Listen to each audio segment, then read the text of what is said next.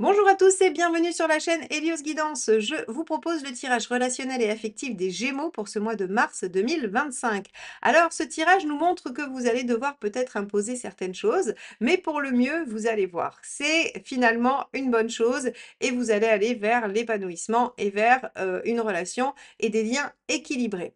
Mais avant ça, vous en avez l'habitude, si vous n'êtes pas encore abonné à la chaîne, eh bien, je vais vous inviter à cliquer sur le petit bouton abonner et sur la clochette pour être notifié de la sortie des vidéos. Vous permettez ainsi à la chaîne de grandir et vous me retrouverez plus facilement.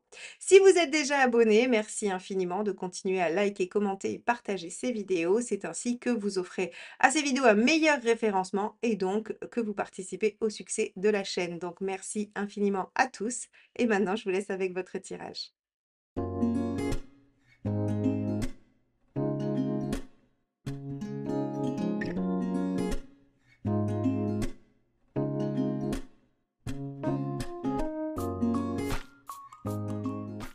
Les Gémeaux, allons voir ce que vous réserve ce mois de mars sur le plan sentimental, relationnel et affectif. Allez, c'est parti. Quel est l'arcane majeur qui va nous donner la tendance pour cette période?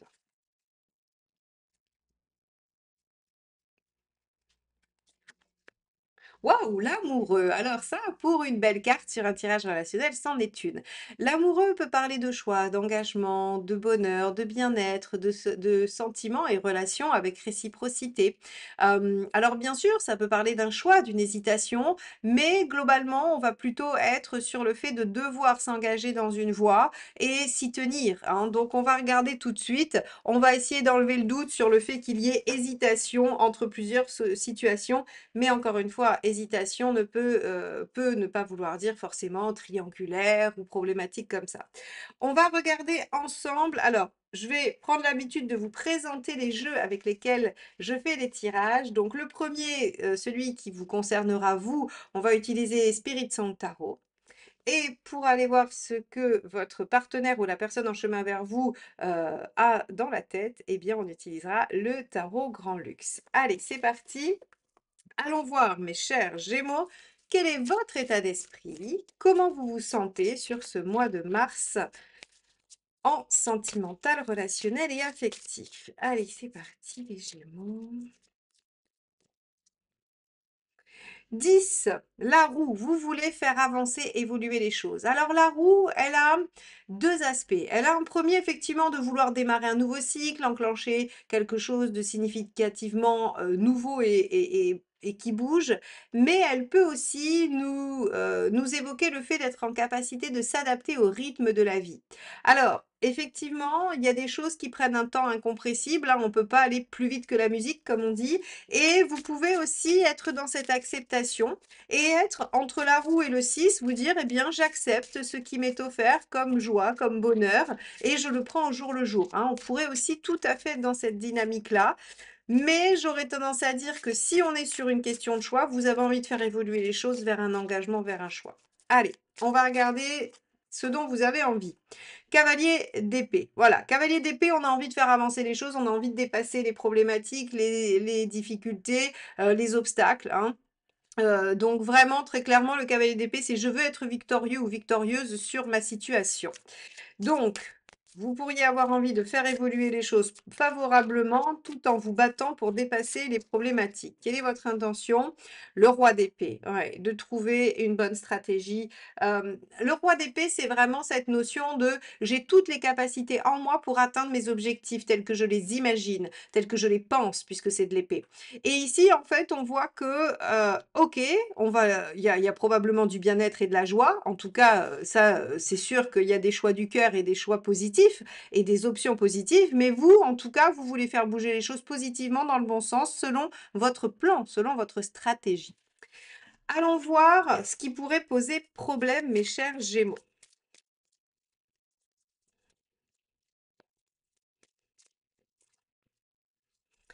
Arcane 13. Alors, la peur du changement, la peur de la transformation ou la peur de la rupture, de l'arrêt, de la fin. L'arcane 13, quand elle est en négative, hein, quand elle est en problématique, eh bien, c'est que on a cette notion de pas être prêt à aller jusqu'au bout, de pas être prêt à tout pour arriver à quelque chose. Donc ici, il semblerait, les Gémeaux, qu'il y ait une situation qui vous pose problème ou en tout cas, avec des difficultés, hein, plus ou moins majeures bien évidemment, mais en tout cas, il y a une situation dans laquelle vous voudriez avancer positivement et dépasser quelques obstacles et en fait, vous avez peur que la manière employée vienne à détruire la situation complètement et vous la faire perdre. Bon. Alors, par exemple, pour les célibataires, parce que souvent on me dit: «Ça concerne pas les célibataires». Si, en fait, il faut vraiment que vous imaginiez l'énergie, qui traverse votre signe, quelle que soit votre situation. Et là, en fait, si vous êtes célibataire, vous pourriez avoir envie de faire avancer favorablement votre situation vers, trouver quelqu'un, trouver, un compagnon ou une compagne, trouver, une personne et dépasser vos obstacles, c'est-à-dire peut-être les blocages, vos peurs d'aller vers quelqu'un, de réenclencher une histoire et tout ça. Et l'arcane 13, en fait, ça pourrait être d'avoir peur des changements que ça va impliquer. C'est-à-dire que si vous vous êtes construit une vie où vous êtes, vous, en sécurité dans un célibat, où en fait vous souffrez pas, même si vous êtes soucieux d'être seul et tout ça, il y a quand même une protection et vous pourriez avoir peur de faire changer la donne et donc de vous retrouver exposé à des relations, à devoir peut-être laisser aller des sentiments, des émotions et ça peut aussi vous faire peur. Donc vous voyez, c'est vraiment en fait l'énergie va traverser votre signe et va, irradier selon votre situation. Alors allons voir ce qu'il est conseillé de faire.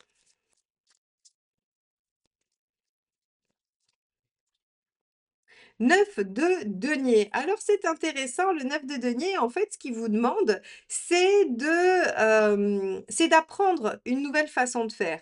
Hein, c'est pas inintéressant ça. En fait, si vous voulez, c'est à cause de la roue de fortune que je vais vous dire ça. La roue de fortune, elle parle d'un nouveau cycle, mais c'est pas du battleur, c'est pas un renouveau, on recommence pas à zéro. C'est-à-dire qu'en fait, on ouvre un nouveau cycle, mais fort de l'expérience du premier. Hein. De 1 à 9, on a accumulé quand même de l'expérience et c'est d'ailleurs ce qu'a fait l'ermite. Il a compilé cette expérience, il en a fait une philosophie de vie qu'il réinjecte dans la roue, le nouveau cycle. Et ici, avec le 9 de denier, on vous dit en fait ce qu'il faut faire, c'est apprendre de nouvelles façons de faire, puisque les anciennes, visiblement, ne nous ont pas amenés au bon endroit, ne nous ont pas amenés à la bonne situation. Donc ici, on va vraiment avoir cette histoire du cadeau caché dans les situations où finalement des épreuves passées, des situations passées, aussi douloureuses soient-elles, possiblement, nous ont amenés à comprendre des choses et à valider ou non certains comportements, en nous signifiant qu'en agissant de telle manière, ça marche mieux, ou de telle manière, ça marche pas du tout. Et bien là, ici, le 9 de denier, il vous dit: regardez tout ce qui n'a pas marché et essayez de faire différemment. Essayez de trouver encore une autre voie. 9 de denier, il faut savoir que c'est apprendre quelque chose qui va m'être directement utile. C'est, j'aime bien prendre cet exemple parce qu'il est très parlant. C'est vous devez poser du carrelage dans votre cuisine le week-end prochain, vous allez avaler des tutos de pose de carrelage, vous allez regarder, sur le site, des grands, magasins de construction ou je ne sais quoi, vous allez regarder comment on fait, quelle est la technique et vous allez apprendre la technique de pose de carrelage parce que vous devez le faire et ça va vous être immédiatement utile. Alors que si par exemple vous êtes passionné par, je sais pas, le nom de toutes les constellations, vous pouvez les apprendre par cœur, mais c'est pas du 9 de denier parce qu'en fait ça ne va pas vous servir très concrètement à mettre quelque chose en place. Donc ici, le 9 de denier, ce qu'il vous propose, c'est vraiment d'aller acquérir une façon de faire qui va vous aider d'amorcer ce nouveau cycle et peut-être d'agir différemment. Allons voir ce qu'il ne faut pas faire et donc de mettre à bien, enfin de mener à bien votre plan de roi d'épée, hein, tout simplement. Allons voir. Qu'est-ce qu'il ne faut pas faire? La lune. Rêver, imaginer, se laisser angoisser. La lune en négatif, alors elle est, profonde et abyssale, hein. Elle pourrait, comme je dis toujours dans mes formations au tarot, on pourrait écrire une encyclopédie entière sur chacune des cartes, mais alors on pourrait écrire 10 encyclopédies sur la lune tellement elle est profonde. Et surtout tellement elle parle de tout ce qui est caché en nous, de tout ce qui est profond, de tout notre inconscient, de tout ce qui se joue malgré nous. Et donc ici, en fait, on vous dit: «Ne soyez pas le jeu de vos blessures, de vos habitudes, de vos certitudes, de vos blocages, de vos croyances limitantes et je pourrais continuer comme ça toute la journée. En fait, il ne faut pas être pris, avec ça. Il faut revenir dans une forme de lucidité avec votre roi d'épée et avec cette capacité à croire que la transformation par le fait d'agir différemment, sera forcément porteuse de bien-être et d'harmonie dans votre lien. Donc, ici, on vous dit, il y a une situation dans laquelle vous avez probablement à aller chercher votre bien-être, dans laquelle vous avez un choix à faire ou un engagement à avoir, et on vous dit, c'est un nouveau départ. C'est un nouveau départ qui prend une autre couleur. Vous avez un objectif qui est de dépasser les épreuves et de mettre en place votre plan. Alors, quand je dis votre plan, c'est pas négatif, hein, c'est tel que vous imaginez les choses. Vous avez un objectif et vous voulez l'atteindre. Eh bien, ce qui pourrait bloquer, c'est la peur du changement, la peur d'aller perdre la relation, de faire perdre le lien, alors qu'en fait, il suffit d'apprendre une nouvelle façon et de ne pas se laisser happer par ses peurs et ses angoisses. Bon, dites donc, les Gémeaux, bon, on va regarder en face, on va aller voir ce que ça nous dit sur la personne, alors soit en chemin vers vous si vous êtes célibataire, soit qui est en face de vous, hein, dans vos pensées, dans votre cœur, s'il y a quelqu'un dans votre vie. Allez, c'est parti, Gémeaux, les partenaires des Gémeaux, quel est l'état d'esprit? Bon, as de coupe, déjà, c'est pas mal. En face, on a quelqu'un qui a des sentiments, qui, est prêt à redémarrer. C'est de l'as aussi, hein, d'accord? Donc, on avait une roue, vous êtes, prêt à ouvrir un nouveau cycle et la personne en face, elle, elle est prête à prendre une décision qui va lui faire du bien, à ouvrir son cœur, à suivre ses envies et donc à aller vers un renouveau. Donc ça, c'est plutôt pas mal parce que vous avez une dynamique, on va dire, qui est compatible. Quelle est son envie?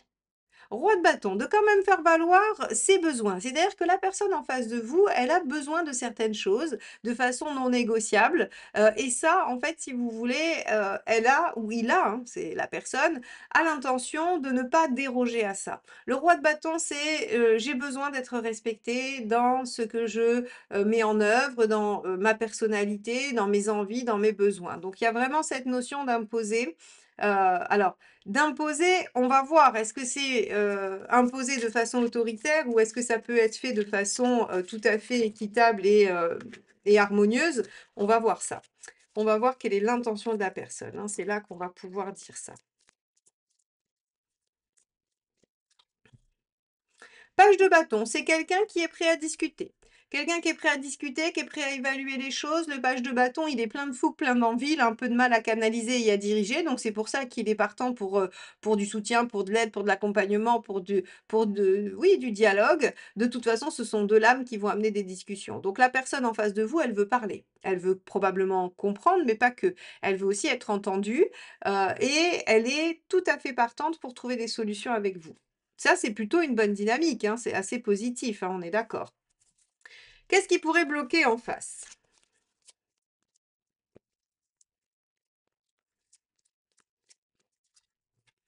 Page de denier. Alors, on a une certaine coloration et pour moi, il y a une ambivalence. On a un as de page. Donc, en fait, on va avoir quelque chose qui va accentuer les débuts, les démarrages, l'immaturité, le fait de pas forcément trop bien savoir où on va, mais d'être plein de bonne volonté, d'enthousiasme et de potentiel. Et ici, on a un roi, c'est-à-dire que moi, j'ai l'impression qu'en face, on a quelqu'un qui est un peu arc-bouté sur des postures, qu'il ou elle croit être bonne pour soi et en même temps, beaucoup d'immaturité ou d'incapacité à amorcer des choses. Alors, hem comment vous dire? Le fait qu'il y ait un roi opposé à tant de cartes de début nous donne cette espèce de oui, d'écart, de grand écart, d'asymétrie, vous voyez? Il y a pas d'harmonie. On est soit dans j'impose quelque chose de façon un peu caricaturale ou alors je ne sais pas où je vais. Donc vous pourriez effectivement avoir peur que les choses cassent parce que votre 13, hein, quand je vous ai dit, vous avez peur peut-être de mettre à mal la relation. C'est qu'en fait, vous sentez qu'à la fois, il peut y avoir une très grande résistance et en même temps une très grande ouverture. Et vous vous dites: «Bah, ouais, mais selon le moment où je vais tomber, le résultat, ça peut être qui tout double». C'est vrai. C'est vrai, tout à fait. Alors, on va regarder les 2 facilitateurs. Bon, il y en a un qui est sorti tout seul, qui s'est éjecté et c'est Tempérance. Alors, Tempérance nous parle de discussion, de dialogue, de compromis, de douceur, d'écoute, de bienveillance. Donc ici, en fait, ce que vous rappelle le tarot, c'est qu'il n'est pas question d'aller poser un ultimatum, il n'est pas question d'aller poser des choses de façon stricte. Il est question de discuter, de dialoguer, d'amener les choses petit à petit avec ces 2 pages qui vont être capables, hein, de déployer du potentiel et de ne pas réveiller finalement ce roi de bâton qui pourrait réagir de façon autoritaire et trop fermée. Alors, regardons le deuxième facilitateur, le 10 d'épée. Bon, effectivement, de toute façon, vous n'avez pas le choix, il faut en finir avec quelque chose qui pose problème. Alors, encore une fois, ça peut être un tout petit, ça peut être un détail de votre relation, hein. Tout n'est pas forcément toujours dans des ampleurs énormes, mais on vous dit que vous voulez dépasser les obstacles, et que, voilà, cavalier d'épée et roi d'épée, vous voulez dépasser les obstacles et vous pensez à une stratégie. On vous dit de toute façon, il va falloir en finir parce que ça vous fait souffrir et la seule voie de sortie, c'est le dialogue, la discussion et le compromis. Point. Il n'y a rien d'autre à faire. Alors, on va regarder où vous en êtes à la fin du mois. C'est rigolo cette espèce d'ambivalence là dans votre partenaire, à la fois très, j'allais dire très candide finalement, très candide et prêt à plein de choses, mais il y a une autre posture qui dit: «Oui, je suis aussi prêt à imposer des choses de façon dure». Donc il y a vraiment que aller chercher la voie du milieu qui va être possible. Vous en êtes où à la fin du mois? 7 de denier, c'est bien. Vous récoltez les fruits de vos efforts et de ce que vous avez mis en place. Donc ça veut dire qu'il y a quand même du possible qui sort, hein. Il y a quand même du possible par rapport à cette situation. Hop, bah, celle-ci s'est éjectée du jeu, on va la prendre. Le cavalier de denier. Et oui, à la fin du mois, vous êtes encore dans les efforts, dans la persévérance. Vous n'avez pas réglé la situation, mais vous êtes en bonne voie. Entre le 7 de denier qui amène un beau potentiel de réussite, mais qui demande à être nourri encore, hein, le 7 est toujours un potentiel. Si on ne l'utilise pas, il se fane. Donc il y a un potentiel de réussite et de récolte qu'il faut déployer grâce aux efforts constants. Et vous trouverez le bonheur, la joie, l'équilibre et la réciprocité. Voilà, mes chers Gémeaux, ce que je peux vous dire. Eh bien, écoutez, j'espère que ce tirage vous aura apporté les éléments importants à la réflexion que vous allez mener sur votre vie relationnelle et affective sur le mois de mars. En tout cas, merci de m'avoir écouté jusque-là. Très beau mois de mars et à bientôt. Bye bye.